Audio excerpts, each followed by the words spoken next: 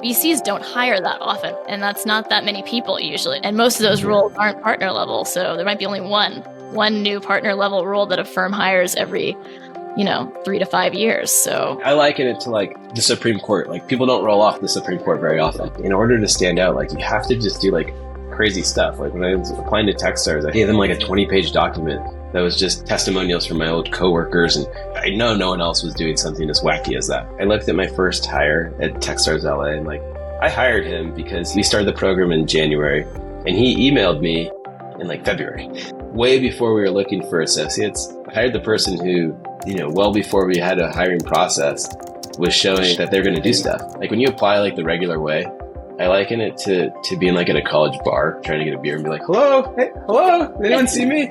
If you're not creative in your approach to like landing a job in venture, like you're never going to get it because everyone's so qualified. Welcome to the latest episode of High Stakes. I'm Paige Soya, managing partner of K Street Capital. And as you know, this season is all about the inside baseball topics in venture capital. And so this one I think is really important because it's about how careers actually happen in venture. So lots to unpack there. And we've got one of our co-investors actually on the call today here, Ethan Austin with Outside VC. And Ethan and I were just talking about how we met. I couldn't even remember, but we actually met in the very beginning of when we were both starting our first funds. And we had no idea what we were doing back then. Like, I think we both were, maybe not from an investment standpoint, but from a like starting a fund standpoint. And both things changed so quickly from that period to now, which was only, I don't know, a couple of months ago. But anyway, before we dig into this, Ethan, why don't you introduce yourself and just share a little bit about your background? Sure.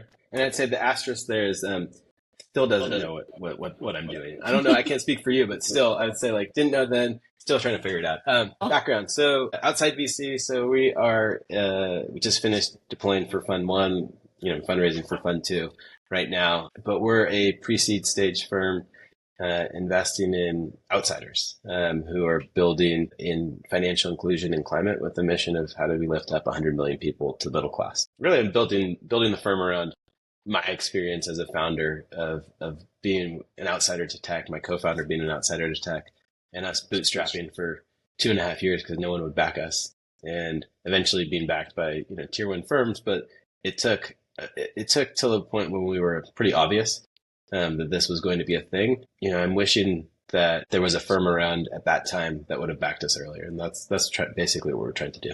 Super cool. So I almost was like struggling with where to even begin on this episode because venture is such a strange industry and that it's very hard to get into. It's very opaque and sort of like mysterious as to how to get into. I think sharing, maybe like the way to start this off is sharing like how you got into it, Ethan, and then I'll share how I got into it. And there's a few others like interesting pathways in that we can talk about, and then we'll go from there. Yeah. I had an interesting pathway into venture. It wasn't something I ever really intended to do, but so I came out of law school and started a company, and I did that for 8 years. If you do that for 8 years, you're really not qualified to do anything else in life besides be another founder or maybe potentially go into VC, right? Like you really become a pretty big generalist. Like you're not good at most things.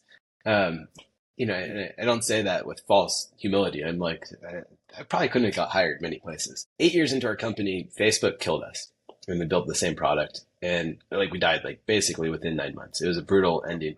David Cohen was one of our angel investors. David Cohen is the founder of Techstars, and I was calling up all of our investors, telling them, what's happening, because it was a pretty big shock to us. And he said to me, like, look, like, would you ever want to be an investor at Techstars? And I was like, dude, I don't know. I'm having some pretty big PTSD from this experience. I'm going to go to South America with my wife.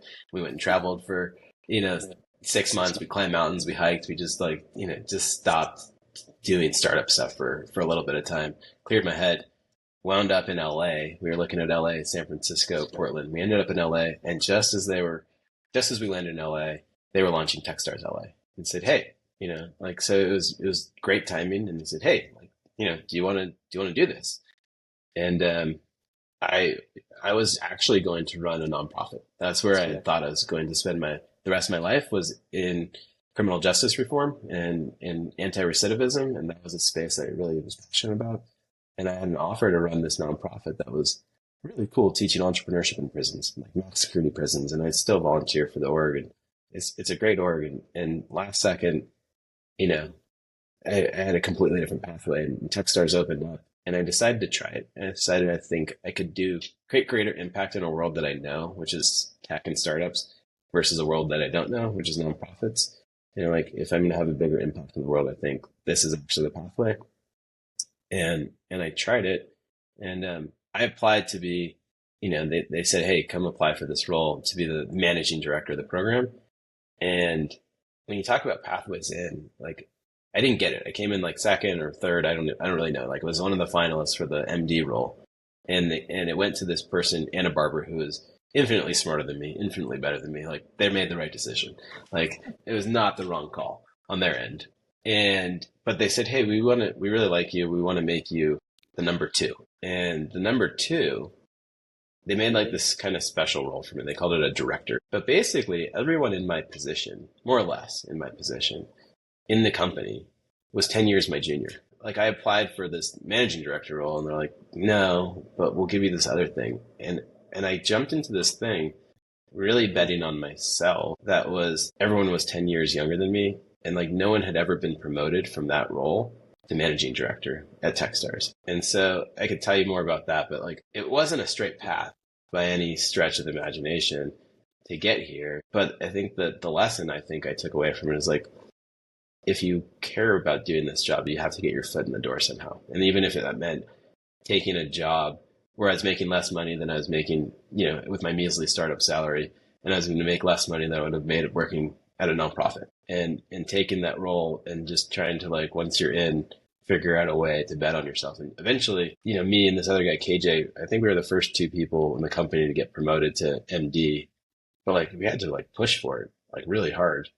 And, but like we got in, and I think that was the key. It was like getting a chance, because it's hard to get in. But I think it's a really great point. I mean, venture is all about taking risks, and you have to have a risk-taking mentality to be good at venture. And that means that you have to do that yourself. Like, you have to be comfortable doing that in life. And in a lot of cases, jumping into venture is a big risk, because you're not really getting paid in the beginning, or it's a career change, or you're starting in an internship, like a fellowship type role. And it is a risk, right? Because you don't know what you're giving up, and you don't know where it's going to go from there. Or maybe you won't even like it, but you have to kind of, like, those are the kinds of things I think that are important personality traits to have if you want to be in venture. And I mean, it was the same for me. Like, my path in similarly was a startup founder, had a fintech in the payment space, exited the company in 2018, had a little bit of money, was doing some angel investing myself. K Street existed actually at the time already. I didn't like found the angel group of K Street; it was already there, but they were looking for someone to, professionalize it and turn it into like a real venture firm. And I had time on my hands, and like I had no idea what I was going to do with my life, right? I don't know. I have no idea. I'm not going to start another company, because there's nothing I'm really passionate about enough to do that again when I know how hard it is now. And I don't want to go work for I don't want to go back to working in finance. I don't think that I could ever do that again. And so I don't know what I'm going to do. And I'm kind of like feeling things out, like I didn't get to travel for 6 months. I wish I had done that, though. That's super cool. But, started advising and like mentoring other high growth startups and doing some angel deals. And at the time, like Rich Leggett, actually, who is my partner now at the fund, he was one of the original founding angels at K Street and investors. And he was like, we could really turn this into something meaningful for the right person, but like, oh, well, we'll sell it to you for $1 and you're not going to get paid a single cent, basically. And just like, but there's the opportunity, right? And I took that risk and ended up, and I wasn't planning to go into venture either at all. Like, I just thought, like, okay, I'll help them out. It's an angel group, right? Like, I'll help them out for a year. I'm doing my own investing anyway. But then, like, I totally fell in love with it. I've personally invested in about 45 startups since then. And, of course, we have our fund now, and we have our fund of funds now, and it's just a completely different world. But I wasn't planning on that. I wasn't like targeting getting into venture. In fact, I never would have thought that, like, if I had gone out to try to get a job in venture at a VC firm, I don't think anyone would have hired me. Same boat. I mean, like, There's absolutely no way anyone would have hired me. Like the weird thing, I mean, like had we exited, I think I think people would have been like, okay, you ran this company for 8 years and then you had, a meaningful exit. And like you in startups, you live on this knife edge, right? Where like we thought we were going to have an exit until one day we didn't. And like nothing really changed about me except like one day Facebook decided to take us out. And people look at like this career path and this track record and they like to check boxes. And like I think it would have been easier to get a job like as like a principal at like some firm, venture firm, had I had an exit and like entered there. But I was way too old to join as an associate. No one would hire me as an associate. They'd look at me like, I don't think so. And so like I don't think I was hireable at like most venture firms. Nor do I think I would have liked it, to be honest. Like I think people that start their own firms kind of like do it because that's the only thing they can do. Right? They can't not do it. Right. But like I agree. Like there's no way I was going to get a job at like a venture firm. Yeah, and I think it's worth maybe talking about what like traditional paths are into getting those jobs at venture firms that are already established. Like, I mean, it seems like I'll be curious your perspective, but there's kind of two paths. Like you said, either you were a founder or you worked in finance, like in investment banking or something like that. Kind of like those are sort of the normal, I guess, most common maybe paths. But then there's like, I would say half the paths are not that. And those are very varied, very, very varied. So, yeah. I don't think there's anything that makes someone a good investor. I don't think that I mean, like, this is biased because being a founder, I think having some empathy for that journey is useful, and having been a founder that helps. But I don't think you need to have done the same thing to like have empathy for people. I think you can develop empathy through other ways, and I think it's narrow-minded to think like you have to have been a founder. Like you don't. Like there's plenty of people who have never done that and are like fantastic investors. People who are journalists, people who were athletes, people were like there's so many different pathways. It's not like a skill set. And I think one of the things that I had some imposter syndrome when I was applying for this role at Techstars in the beginning. And I'm like, look, one of my investors, angel investors, was this guy Jason Seats, and he was at the time he was just he had an exited founder, but in the interim he'd become the chief investment officer at Techstars after he sold his company. And I asked him, I'm like, I've never made an angel investment yet. I'm applying to be an investor in these startups and pretending to know what I'm doing. But he basically says like, if you're doing pre-seed or seed or, really early stage companies, it's like, Ethan, like, were you good at hiring people at Give Forward? And I was like, yeah, I was great at hiring people. It's like, that's what you're doing. You're hiring founders. And it made me feel a lot more confident that I could do the job. And I think that's true. If people are listening who are thinking about going into this space and maybe they've hired people before or they're good with people, it's like 80% of what this is. It's not like being a genius. Like I'm certainly not a genius. I know that for a fact. I'm pretty good with people, and that's a lot of the role. Yeah, and I think it opens it up to more people. Yeah, exactly. I mean, it's a very relationship driven business, and in a way, that's what keeps it so close knit and in a bad way, right? But it also it just that's what it is, because you're backing. Not only are you backing the founders, but you're basically getting in bed with investors for like 10 years every time you do a deal, and you want to know who they are, and that matters, and who's on the board matters, and all of these relationships really matter over time. So that's what I think makes it such a closed industry, unfortunately. But it's true. And I think, like, I don't know, I would just mention, I was talking to, because we have our fund of funds and we also invest in managers, talk to a lot of managers about how they got started in the business. And I just want to share a couple that I think are really interesting, because I know one manager who got into this business. He was a drummer actually in a band for like 20 years, 15 years, whatever. But for whatever reason, because they were a pretty successful group, a bunch of tech would come to them early on and be like, hey, can you like promote this at your show? And like Uber, for example, was one of them. And like really early, like back when it was like the founding team, and he would meet all of these like early stage companies, and somehow he would promote them and like started investing in them over time, like at the early stages. But he wasn't an investor, right? Like he had no venture experience. He wasn't a founder, whatever. He was a drummer in a band, but he grew this crazy network of access by backing some of these early founders along the way and like helping them, like helping them get access to audiences that he had. And that is what turned him into a venture capitalist. And then later he started a fund, and now he's like a top VC. So it's just Totally. it's wild, the stories that I hear that lead people, to where they get to. I think it's great. I mean, we invest in outsiders, and like that person is an outsider. Like I think people who take unconventional paths are like people who build some of the biggest companies often took unconventional paths to how they got there. Yeah. And so I can't imagine that doesn't hold true for VC as well. Like, there's no straight path. There's no right way of doing things. There's so many different ways that can make someone great at what they do, and they bring their own individual background and unique life experience to their work. And like that's what makes them great, not because they followed the straight path that everyone checked every box and everyone, that's not to say that doesn't work. That certainly can work. There's tons of good investors who all came from the Yep. same path and the same pedigree. Like, of course that can work. But it's not to say that other paths don't work. Exactly. And I think that's the thing I wanted to share on this about this particular topic, is that there is no one path. Like, there really isn't one Yeah. path. If you really want to get into venture and you really think you're good at it, like, you just need to take risks. You need to have a risk taking mentality. You need to have access to a good network of founders, right? Like, I mean, deal flow, that's like the most important thing, which you get it through however your background was, right? Like, maybe you were a drummer, maybe you were a founder and you know other founders and you hired lots of people, and like, there's lots of different ways you can get that network, but that's an important piece of it.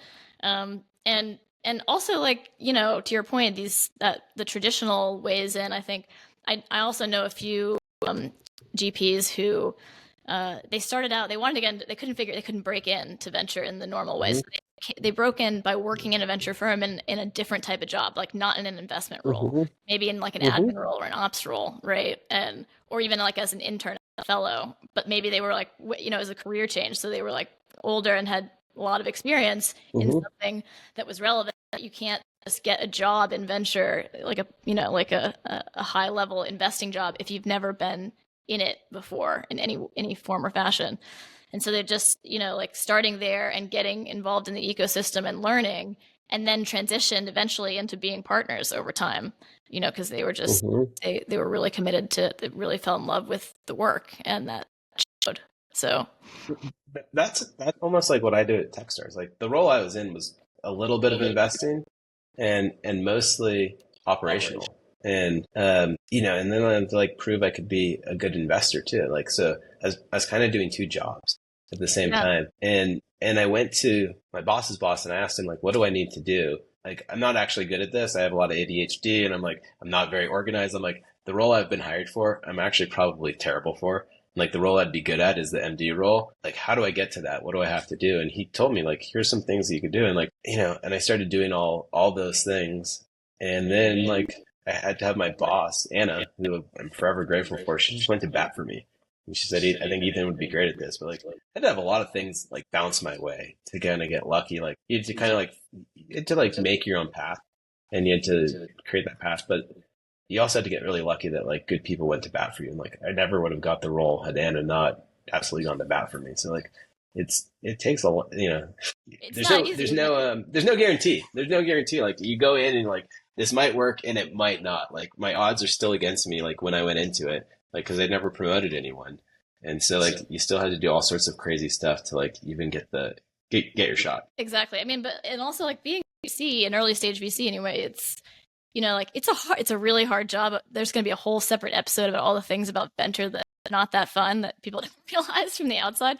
It's a really hard Mm-hmm. job, and it's not like a cushy, easy, like, things just fall into your lap type of job. It is for some, but for most, that's not the case, And I think that people don't realize, like, the reason why it's part of the reason I think it's so hard to get into is because, like, what you just said, right? Like, you don't know if it's going to go anywhere. You really have to work hard. Sometimes you have to kind of work two jobs at the same time to get to a point where you can break into it. But that's just the reality. I mean, in most cases, like, maybe some people are lucky and have connections with VCs that happen to be hiring at that exact moment and take a chance on them, and they can sort of convert into a partner role in a couple of years. But I think that's extremely rare. I don't think I hardly know anyone who got a venture in that way. Like everyone Hmm. had to work really hard and be really good to get to that point. And I think like, but that's part of the gating criteria, because when you are a VC, you're looking for that one company, right? That's Hmm. be super high growth, 50 to 100x, and like finding that company and guiding along that path is not easy. And there's a lot of hard things in that process and you have a lot of companies that don't make it along the way that like that you have to face. And so I think just having that trait is important. I think so too. I think one of the things I've seen like with people I've hired, like I looked at my first hire at Techstars LA and like I hired him because we started the program in January. I think we both got hired in January. Like I think the program ran in July maybe or June or July. And in their interim you're finding the companies.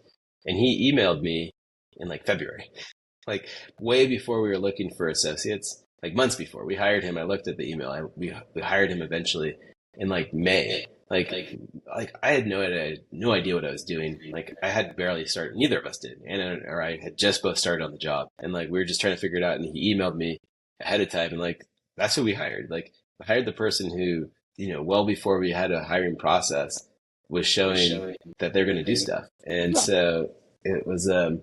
I think you have to take outrageous measures, whether it's VC or anything. Honestly, like trying to get a job is so hard. Like I liken it, like when you apply like the regular way, I liken it to being like at a college bar and being like 5'6" and trying to get a beer and be like, "Hello, hey, hello, anyone see me?" Right. Like I'm just That's a like being great ignored. example. Yeah. It's like yelling into the void. That's what it's like. Like I've applied for jobs before, and I'm like, "Oh, I've done this thing. Like this thing was pretty cool. This thing I did in the past. It saved lots of lives.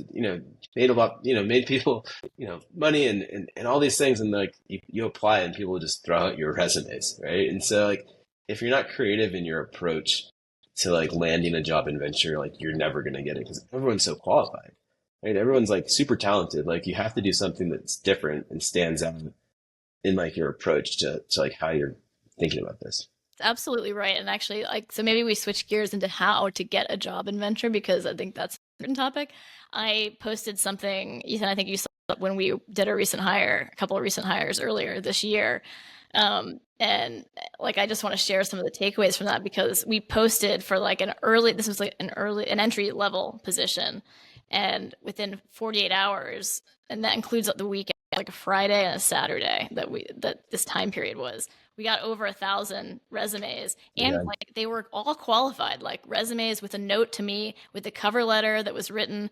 I mean, it was kind of insane. I mean, we couldn't even get, like, basically we just looked through the first 300 of them, because Yeah. that's all we could even do.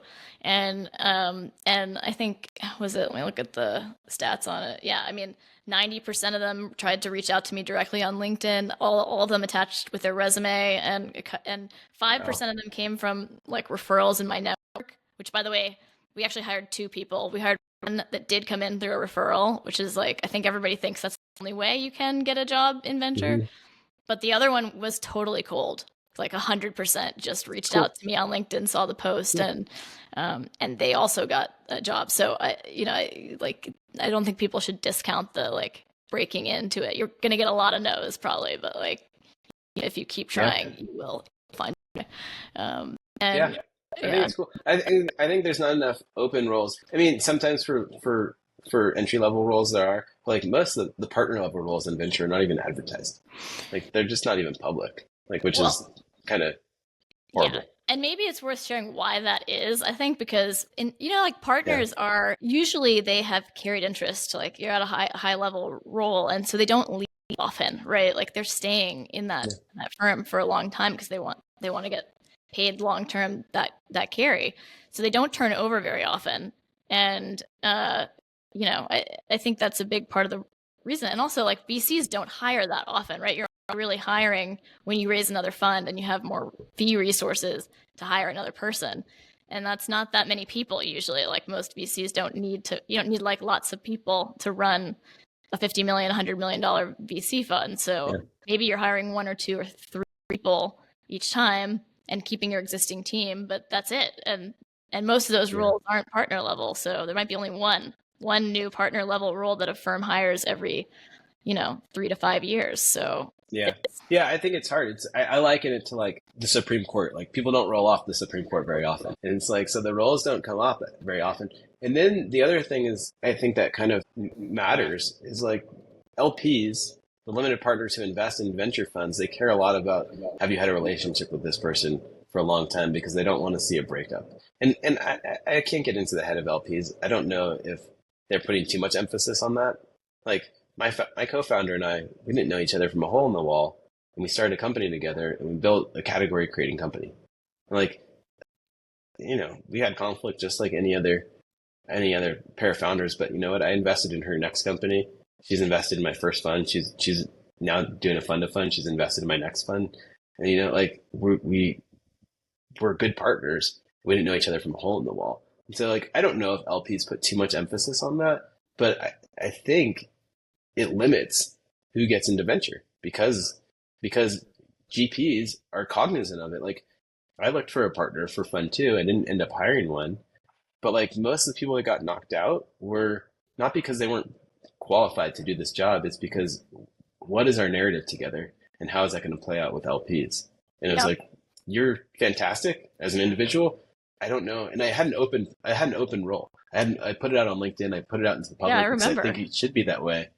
And it was like, and end of the day, it's like, oh, I see why the industry is the way it is because like I'd have to take on a lot of risk to bring this person on when an LP might just be like, no, they haven't worked together for 10 years. Like I'm not going to invest in them. And so it's hard.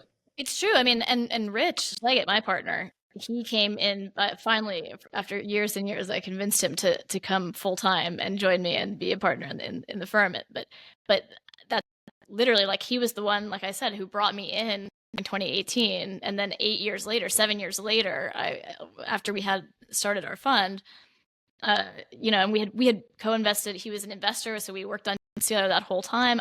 At the time, I was thinking like, I don't know how I could ever. I had looked at other partners, right, like, same as you, but I couldn't get comfortable doing it because I just felt like with Rich, I knew him, I knew how he operated, we knew how to work together because we'd been through sticky situations many times before on deals and figured out how each other think, and we knew that it was an additive type of relationship, and that's why he came back into the fold. But like I said, we'd known each other for a very long time at that point. Mm-hmm. And it made sense, but it's like it's tough to figure out how like partner. That's why I think it's just another reason to your point that partner level roles don't go up for hire. I don't see them.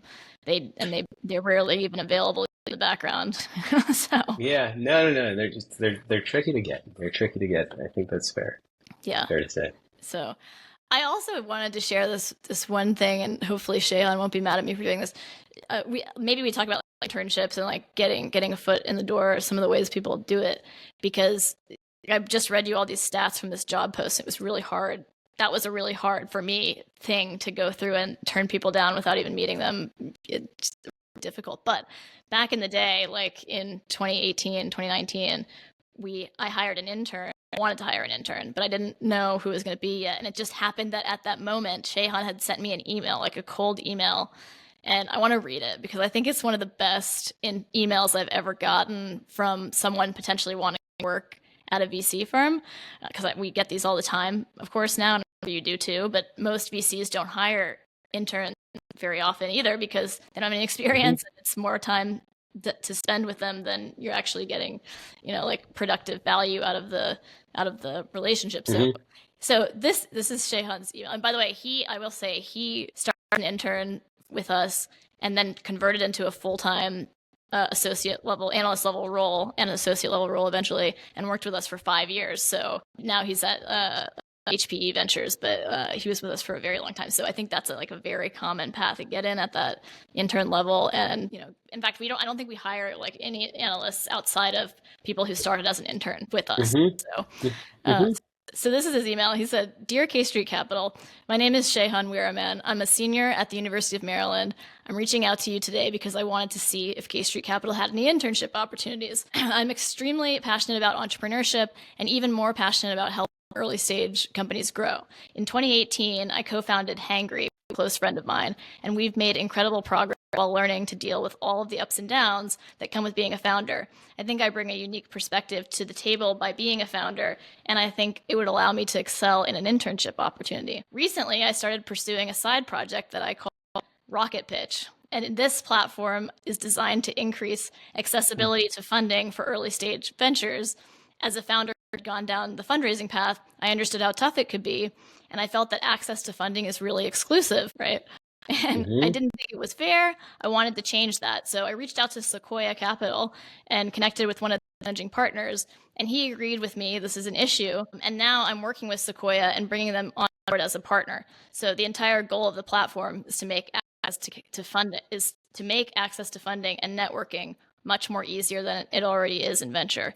I've been working with several early stage companies at the University of Maryland, helping them grow, and it's given me an immense amount of exposure and experience. And here's the last part. He said, I think my academic coursework and experience to date have prepared me to excel in a position at Street Capital, and I'm not necessarily looking for any paid opportunity, but rather an opportunity to learn from the great team you all have. So thanks for taking the time to read it, and I hope you have a wonderful weekend. Awesome email. And it's also like, it's either the shortest or the longest emails work. And it's like the stuff in between doesn't work, but like the short, here's 3 bullet points, or like a long story, and you just catch someone at the right time when they have the time to read that, and like, this is an awesome story. Like, Yeah. let's take a chance on this person. And it is sort of a numbers game, a bit of it, because it just happened that he sent me that email right when we were going to be hiring an intern. Mm-hmm. And we're not hiring an intern most of the time. So, I think like people shouldn't be afraid of reaching out and getting no's and just building your network organically. It takes a long time to do that, but that's also part of what being a venture capitalist is. So yeah. It was a great email. I mean, like, just breaking that email down, like he told his story, he told his why, like you got a sense for who he was. He name dropped Sequoia, which is, if you can name drop Sequoia, you should name drop Sequoia in any email. definitely. Like name dropping things, like especially when you have 1,000. Like, I think of myself as someone who doesn't care as much about like pedigrees and all the heuristics that we use, and even someone who says they don't care about that nearly as much as anyone else. You still, like, your ears perk up when you hear it, and you're like, okay, like, you can't help it. And so, like, if you're looking for jobs, name drop anything you can name drop. Like, it's like the shortcut people look at, and then like tell your story. Like, I think as an investor, someone asked me yesterday, like, what do you like? And I'm like, what gets you excited about a company? I'm like, well, it's their origin story. It's like their why. Why are they doing this? Because, there's these ideas are, I don't want to say a dime a dozen. Like, we helped create crowdfunding, and then 1,000 crowdfunding platforms came out after us. Like, platform was that. Like, we were ahead of everyone else, and then everyone caught up to us and like surpassed us. Right? So like, all these ideas are the same. And so like, the why for people, why are you doing this thing? Why are you going to stick to it when it gets really hard is important. And hearing people's story is important. But if you're trying to get people's attention quickly, name dropping stuff always helps. I thought it was a great email. It's true. I mean, everybody, all venture firms you learn how to speed read, right? Because you get so many things constantly. It's like nonstop noise, and you're trying to find the signal through the noise every day. Mm-hmm. And when you speed read and you find like your brain is trained to like look for those keywords, or if anything sticks out, then you're like, wait, maybe I should read this a little bit slower, and then you get you like get an opportunity that way. But anyway, it is I think unfortunate. I would rather not. I'd rather be completely blind to those things, and then you realize as a solo GP, or even just as a VC in general, of like why VCs make the decisions they do, and it's usually because of time constraints. It's usually because of bandwidth. It's usually because like there's such an imbalance between inflow and outflow and supply and demand. And like, you're just getting so bombarded. No one in the world would want to talk to me if I didn't have money. Like, and I'm not, I don't have any like, I fully believe that. Like, you get a lot more emails from people when you have money to give out, than if you're just a random person. And so like, you just get a lot of volume. And it's hard to handle. And so I think there's fundamental reasons, structural reasons why the industry is what it is, and it's hard to break free from that sometimes. Why do people choose the path of least resistance? Like, it's, if I went to Harvard Business School, like, I could just hire founders out of Harvard Business School, and it's like easier than having to do like the really hard work of, maybe finding alpha is not from Harvard Business School, but it's like a lot harder to do that. And so, yeah, there's reasons why these things exist. It's not the right reasons, but it's structural reasons the way venture firms are set up. It's exactly Very few right. people and a lot of volume. It's huge volume, and it's not a lot of people and not a lot of capital to go around. So when you're trying to make the best decisions, you have to have a filtering mechanism, right? And that's the only way to do Yeah. it. And it's kind of like what were you mentioning earlier about how LPs don't want to invest in partners that haven't known each other for a long time because they have a lot of money to give out and they want to de-risk it, and that is just a filtering mechanism for them, as much as it Yeah. might suck and you might Yeah. miss some good ones with that. And it's true, like you miss good things, right? Like we miss good hires, like from the applicants we didn't even read probably that came in that bucket of 1,000. Might have had a great hire in that pile and we missed it, right? But there's no possible way to fully evaluate all the information around you at any given time. I mean, maybe AI is going to change a lot of that, but for now, Yeah, I hope it does. I was thinking the same thing. I still think people need to do like the most outrageous things, whether it's applying to venture or anything else. Like when I was applying for that nonprofit, like I knew for the last few years at Give Forward, like this was an issue that would matter to me. Was mass incarceration and anti-recidivism and like the criminal justice reform in general. And I'm like, I'm going to figure out how to like get a job at a nonprofit or work in this space. And like I never worked at a nonprofit, and like the stuff I did was insane. Like I got Seth Godin, who this nonprofit, he had written the foreword for the founder's book, right? And I got him to write me a letter of recommendation. And then I got like Brad Feld from Foundry Group, awesome. who also was involved with the organization to write me a letter of recommendation. I'm like doing these insane things to like even be noticed because I had no background in nonprofits. Like I'm like, why are they going to hire me over all these other more qualified people? And they made me a job offer. But I had to do like these outrageous things to get it. And I think like in order to stand out, like you have to just do like crazy stuff. Like when I was applying to Techstars, gave them like a 20-page document that was just testimonials from my old coworkers and people I'd worked with in the world of like what it's like to work with me. And I'm like, I know no one else was doing something as wacky as that. And I'm like, I know you're probably not reading beyond page one. Your eyes are glazing over. But if you see like 100 people that say, hey, Ethan's awesome to work with, I'm probably the only person that's going to do that. And if you can be like an N of one in the application pool that just stands out, that doesn't say you're better than everyone else, that just says you're different, it's like a good way of standing out and like getting someone's attention. I totally agree. Because like it probably means like you're going to operate that way in whatever you do in your work. Like you're just going to think differently than everyone else. Exactly. Yeah, it's a mindset thing, and I think that's really good advice. I also I have a couple questions for you. I think you know what they are. Yeah. But before we get there, two other things I want to just briefly point out is like for founders if you've been a founder and you want to get into venture, because that, like that is a path, but not all founders are necessarily great at venture. And I think a lot of LPs don't that because they're like, well, you might be a good operator, but you don't necessarily know venture capital finance and like how portfolio construction works, or like how you've never made any investments before, you have no track record. Like how do we know you're going to bet on people the right way? And I think like I was going to say that book by Brad Feld, what is it called, Venture Deals, is a great book to read if you are actually, it's a book to read no matter what. Right? Like it's a good one. I read it. Yeah. But I think it really helps break down a lot of the stuff that you need to know when you're making investments and thinking about investments, and like a VC instead of just thinking like a founder operator in the way that you look at an opportunity. Right. I think that's like a humbling experience coming into venture, like coming in, there's a difference between being an investor and then like running a venture firm, and like knowing the business, knowing how to make money in venture is different than like picking good companies. And like, it's just, there's a lot of companies, but you might not get good returns out of them because you didn't structure it the right way. Totally. Yeah. Like, that's my biggest fear is like, what if I pick a bunch of good companies and like, oh, we have like a 2x return fund, like somehow I'm like, how did this happen? Like, cause you screwed up on your portfolio construction, or you screwed up on your exit strategy. Like when you're going to sell off companies, like there's a lot of things that can go wrong, even after you pick good companies. If and just picking good companies is a hard thing to do in the first place. So it's a humbling sport for sure. And on that note, I think one of the things that really helped me, which happened by accident, but if you're coming from a career change where you have made some money in your past career, or you're a founder that had an exit, and if you have, like, the sooner you can start investing and putting your own capital at risk, the better, right? Because you learn so fast what those things are, and you get a ton of experience in, like, having been a founder, like when I started investing, I learned a lot that I didn't know when I first started doing that. And I think the sooner you can have that track record and make those mistakes with your own money and not other people's money, that then makes you a lot more credible if you ever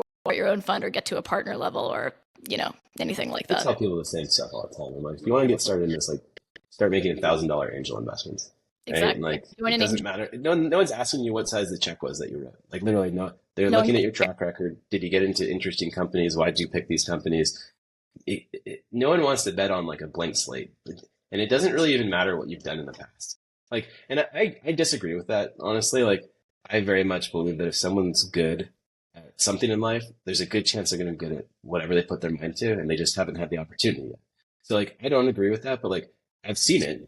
I've seen it myself. Like the last company I was at, involved with fundraising, I texted 6 people, and like 4 of them said yes. We had a term sheet in a week, and that was it. And then you come into venture, and I pitched 1,000 people, and 750 that said no, and like 180 said yes, and like you just get rejected after rejected after rejected. And like even like 2 years at Techstars, like okay, but there's people will come up with like other reasons to say no, like so like having a track record or having some track record like really helps to get people over the hump of this person has what it takes to do this. Doesn't matter how successful you were at whatever it was in your career, like they don't want to give you the benefit of the doubt. Yeah. And it also takes time to build up a track record. So, like, the sooner you start doing that, the better. If you're in a career that you think you might be interested in venture in a few years, now is the time you should be doing that because, like when you make an investment, you don't know how successful it's going to be until usually like at least 5 years later. So, Yeah. uh, I mean, you can get Yeah. some, Start investing now. Yeah. I agree. start Really great investing advice. yesterday, basically, is Yeah. so Invent a time machine, invest 10 years ago, and pick all the exactly. right companies, and then you can get a There. job in venture capital. Yeah, it'll be Seems like it might easy. obviate the need to have a job, but That's a good point. if you really want to get into this, that's what you do. That's what you do. Yeah. Okay, so I want to switch gears and ask you a couple of questions. What do you think is the most interesting inside baseball thing that you've learned about the venture capital industry? Yeah, I think like the most interesting thing I've learned so far is that literally within the industry, nobody knows what they're doing. And maybe there's like 5 people, maybe there's 10, but like most people are just kind of winging it. And I knew this actually before I started in the space. I had a friend when I was still a founder and was interning, he was doing an MBA and intern at a venture firm that all of us have heard of, is well respected. And he sent me this note and he's just like, Ethan, like no one here knows what they're doing. Everyone's just kind of like making decisions on gut. And I don't think that's unique to venture. I think in life in general, we're all just winging it. Like if you're the president of the United States, you get to that job on first day, you've never been the president of the United States before. You're just kind of like probably have some imposter syndrome and probably just winging it like everyone else. And I think it's something you definitely learn as a parent as well. Like when I became a parent, like you look up to your parents as a kid because they know everything. And then you become a parent yourself and you're like, oh no, I'm just making all this shit up. Um, and you're Exactly. just like, oh, and then you realize, oh, my parents were just making all that shit up too. And so like, I think that's true of most people in life. And I remember my friend told me that, and I wrote a blog post about it. And the first person, maybe one of the first people to tweet it out was like one of those people that we all respect in the industry. It was Mark Andreessen tweeted it out. He's like, oh yeah, this is absolutely true. And I think it's just validating of like, there's no magic people. We put a lot of people on pedestals. We think if you got this job in VC, you must be really smart. She must be a genius. Like everyone is just a human. Everyone's just trying to do their best. And I think that's the thing that like we forget sometimes is like, no one in this role is smarter than anyone else. It's like they're just in this role. That's the only thing that's different. Yeah, and it does look that way from the outside, right? Like you look at these people from the outside, if you're not in the industry, and see these like titans of venture and like how much money they've made and all these companies that are like world changing that like they wouldn't exist if these VCs hadn't like given them that first check or whatever. But you're right. I mean, and in venture especially that's true, I think because it's like you're investing in disruptive, innovative things that didn't exist before. Like they've never existed before. So how could anyone be an expert on what they are yet? And it's constantly changing, right? So, like, That was one of my pet peeves of venture is like people talk about founder market fit like all the time. And I'm like, but the best companies are net new companies. Like when my co-founder and I helped pioneer like crowdfunding, like there's no one in the world. I came from law school and she came from the nonprofit world. Like we did not have the right backgrounds for to start this company. Like if you're looking for the traditional backgrounds, neither of us were technical.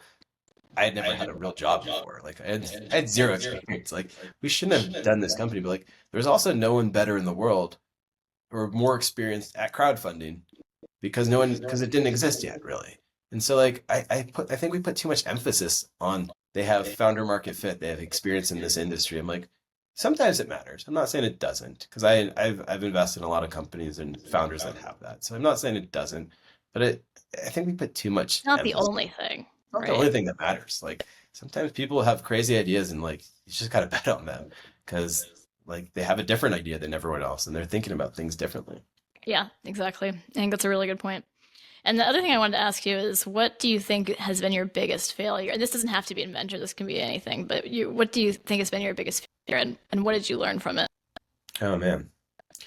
In venture, or I guess in life, I don't know if this is like the biggest failure, but like I came out of law school, like did reasonably well in, high school and college, and like law school was harder for me. And then I failed the bar, and which was a pretty embarrassing thing. Like, like you're not expected to fail the bar. I realized later I was like having like panic attacks. Like I didn't understand what was going on. And my grandma, who was like in her 90s at the time, like I took it again. My mom made me take it again. And like my grandma gave me like just a like a container of like Xanax, and she's like, just don't sell these to your friends. Oh my Like, god! and, like she like to help me sleep. And I took I took like I thought for sure I'd failed it again, and I took like a Xanax on like the third day. It was the California bar, and like I just started writing like it was like magic. It was like just words were just coming out of my hand, like the thing I kind of learned from like is humbling. Like it's embarrassing to like fail in like a pretty public way because everyone sees your results right away. And I think when you've I failed lots of things after that, but that was probably the first thing in life where I really felt like I'd failed. And I think it creates strength, like in the sense that you're like, okay, like so what? Who really cares? Like, do I really care? I don't actually want to be a lawyer anyway. Like, this was maybe a sign you shouldn't be a lawyer too. Like, so I ended up passing the bar, but I only found out from a friend who called me up because he was paying attention. I'd studied, done like LSAT classes with him, before we even went to law school, and he was paying attention when it came out, and he sent me a note, and I was like, super stoked. I called my grandma right away, but I had already started. I was already in Chicago starting my company. I think just failing stuff like is good for you because everyone needs to be humbled, like every once in a while, and just remember, like what I said before, like no one really knows what they're doing. No one's better than anyone else.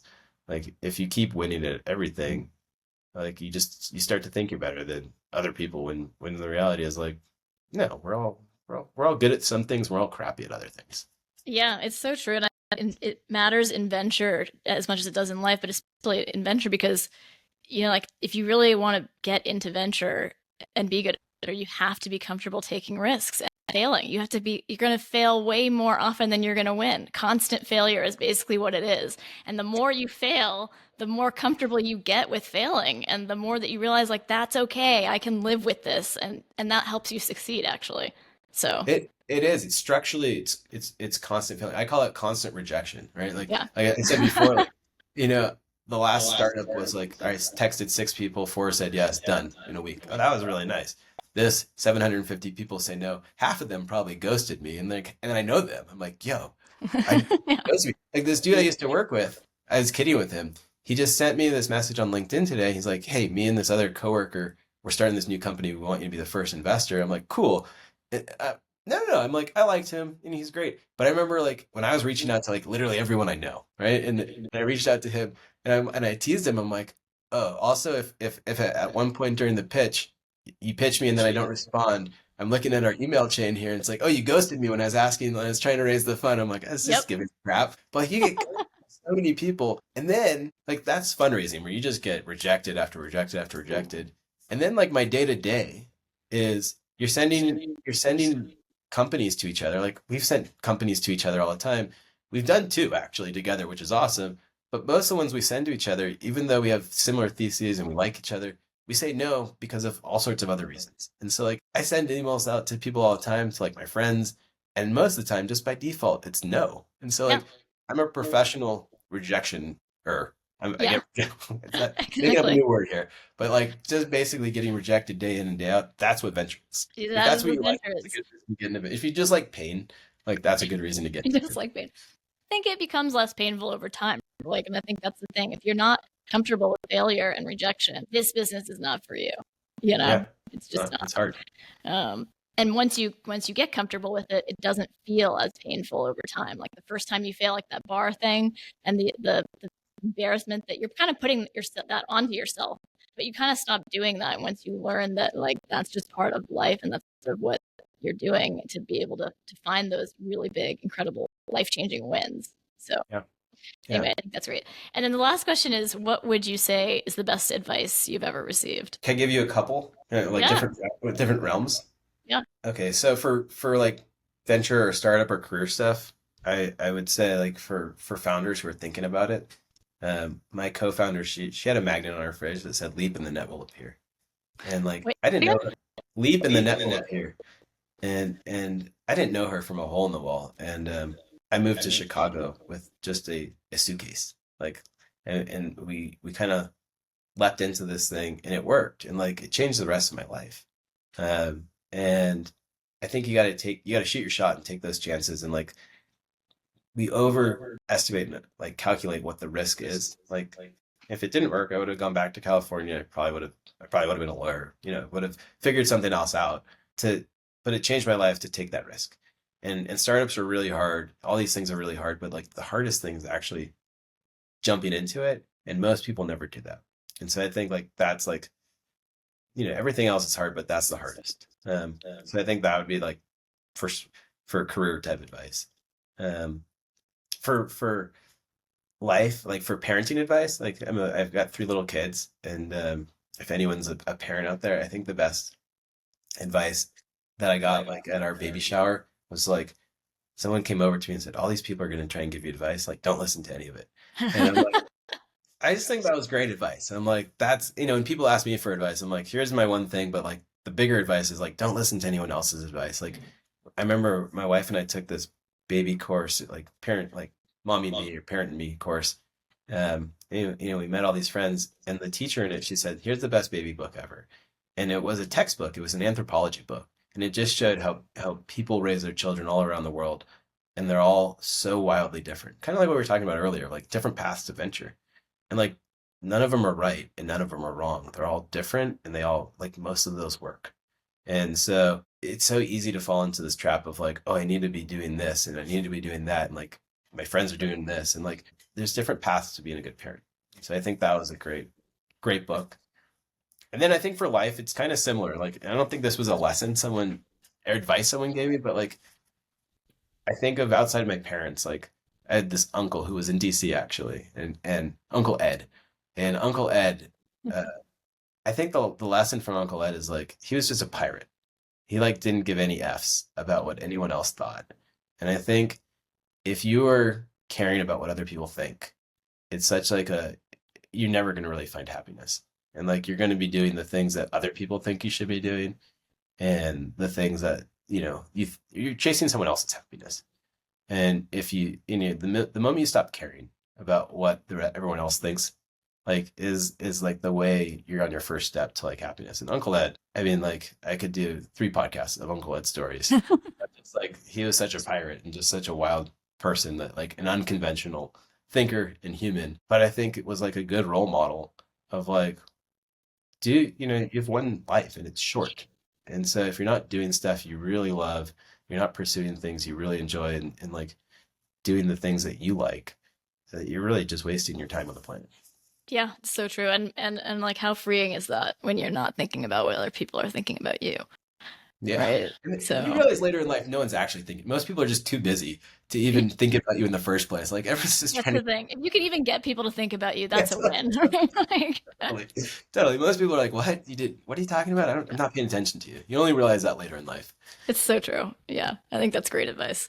Well, this was awesome, Ethan. Thank you so much, especially just for the candidness around all stuff. I think it'll be really helpful for anyone thinking about getting into venture eventually to hear just what it's really like and the things you should or shouldn't find important in the process. So thank you so much for the time. Yeah, this was really, really fun.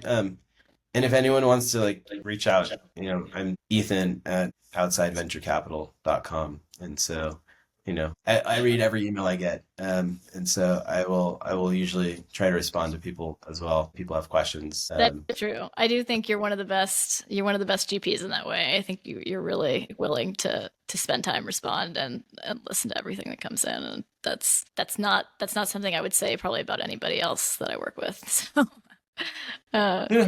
It's sometimes it's a downfall too, right? I probably spend more time on this than I should, but if you can help a little people along the way, like so many people help me, like I said, my boss Anna, like no one gets anywhere without other people lifting them up, and if I can be helpful at all in any way, I'd love to do that. That's awesome. Well, thank you so much for being willing to do that, and this was great. That's Yeah. a